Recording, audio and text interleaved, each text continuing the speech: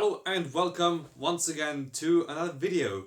Today I'm going to be talking about the Saucony Kinvara 6, which is really easily one of my favorite running shoes this year and probably ever. And I'm going to tell you why today, but I'm also going to tell you what I didn't like as much about it. Let's get into it. And I'm first going to talk about the sole of the shoe.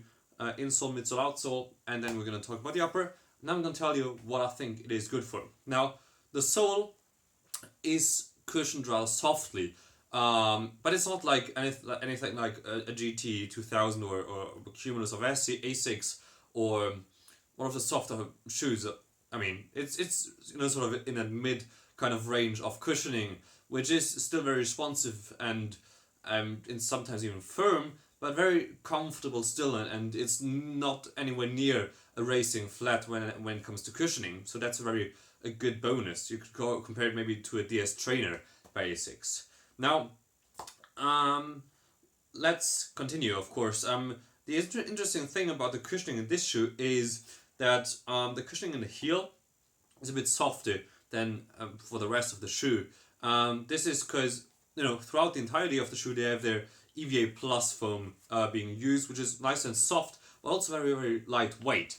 And in the heel, they also have a layer of power grade material, which is essentially, as the name suggests, sort of a grade where in between there are just holes in this little layer, which makes this entire thing a bit softer.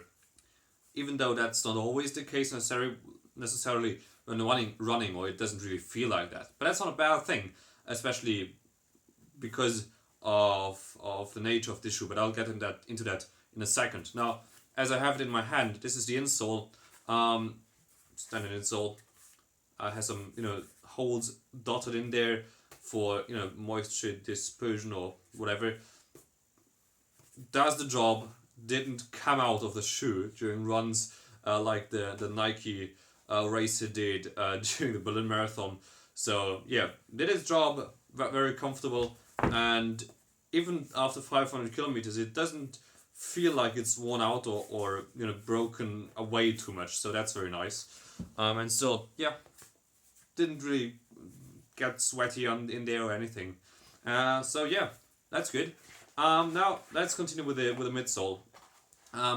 It has a 4mm heel to toe drop off, which I think for this shoe is fantastic. It's sort of in that mid range. It could be lower, but I think 4mm is pretty much on the lower end of running shoes, especially if you compare to the standard established brands which you have, Adidas, Nike, Asics, those sorts of brands, Brooks, and it's a lot less than that. And I love those 4mm because it kind of transitions you to a more sort of mid and full foot running style, which is absolutely great because it gets you a more efficient and more natural running style. And that's why the heel sometimes feels a bit more firm, because you don't really strike the heel a lot, because due to the lower drop. And I love that. I mean, if you're not used to it, it may hurt your calves a bit in the beginning, but once you get sort of used to it, it's fantastic, and you won't want to run anything more than 6mm after you're used to something less, which is really one of the fantastic features of this shoe. I mean, it's not really a hard thing to do when manufacturing a shoe, but I just love it, and not many shoes do it, so amazing feature. Yeah, that's great. And this also sort of works with the general idea and the whole image of the shoe.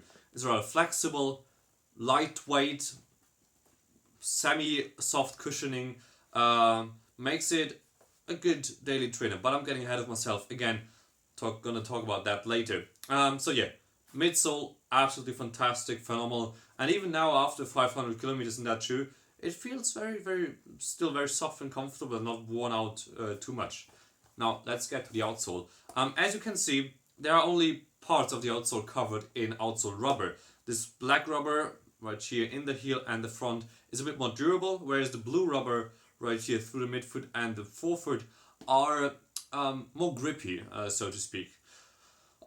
Which is A good thing. I think it's fantastic that if companies get smart and are smart and use the rubber only in places where it's really necessary, and if they then use the rubber that is really needed there, that's even better. Now those little pods here in the forefoot are kind of worn down by now, but they didn't come loose or anything, and the grip was always fantastic, even in the forest on just normal forest tracks. Worked well.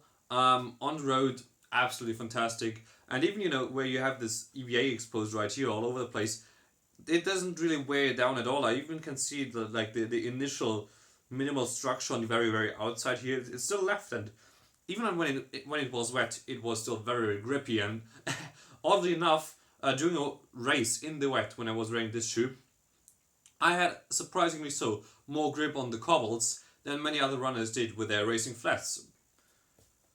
Don't ask me why, but it works and I'm amazed by it. Fantastic, and it saves a lot of weight too. I mean, this shoe is a rather lightweight shoe, not quite as light as most of the racing flats, but much lighter than most of the daily trainers and even the lightweight daily trainers out there, like the DS trainer that I already mentioned. And yeah, you don't need that rubber. It's a waste of rubber and it's a waste of weight too if you cover the entire outsole in rubber. It's stupid in most cases. So I would like it here, and it's a good thing. Now let's continue with the upper. Lightweight materials used throughout. Very you can even see through here. Very minimal upper. You have those overlays all over the place. No stew materials. Absolutely fantastic and standard these days, and you shouldn't expect anything else from a running shoe, which is great. It's super breathable. Hottest temperatures couldn't make me sweat in this shoe, or at least I did. But I did sweat, but the moisture was always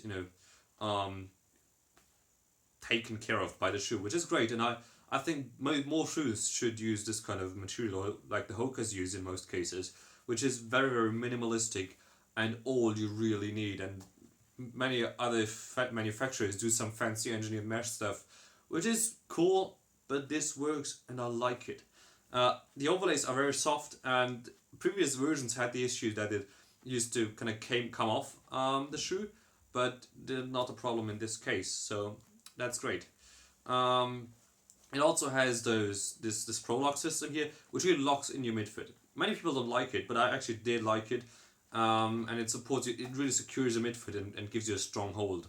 And this shoe is a neutrally cushioned shoe, but due to this Pro Lock system, I feel, and the midsole, which goes throughout the entirety of the arch and all the way through here, even if you're a lightweight overpronator, it can actually make you almost run neutrally, which is great. But it's not to say that neutral runners can't use it. It's absolutely fantastic for that. But I love this construction of the shoe. It also has some slight heel counter, not much, but I could definitely feel it. And especially in the bottom here of the heel counter, it's not very padded. So yeah, on some runs, I don't know, maybe it was from other shoes that I had problems with, but I could really feel that stiff and hard back here. But I still love the shoe, so it's not really a big deal. Laces, fantastic, classic laces, work well. You really kind of, in the beginning, you have to get this really dialed in, the Pro Lock system, but once you do, works out well. So yeah, what do I think is this shoe good for? It is a fantastic lightweight daily trainer for your everyday runs, for your short, kind of sort of recovery runs when you just want to feel something fresh and nice under your foot, or even when you're out on your sort of longer kinds of tempo runs, or even sometimes the faster tempo runs, or even as a marathon racing shoe, for example. I mean, I can see this shoe fitting in many scenarios, and Saucony markets this as a secondary shoe, but I feel like this could be your primary shoe, and you complement this shoe with a long run shoe or a super fast shoe, and then you have a nice arsenal for your sort of half marathon training.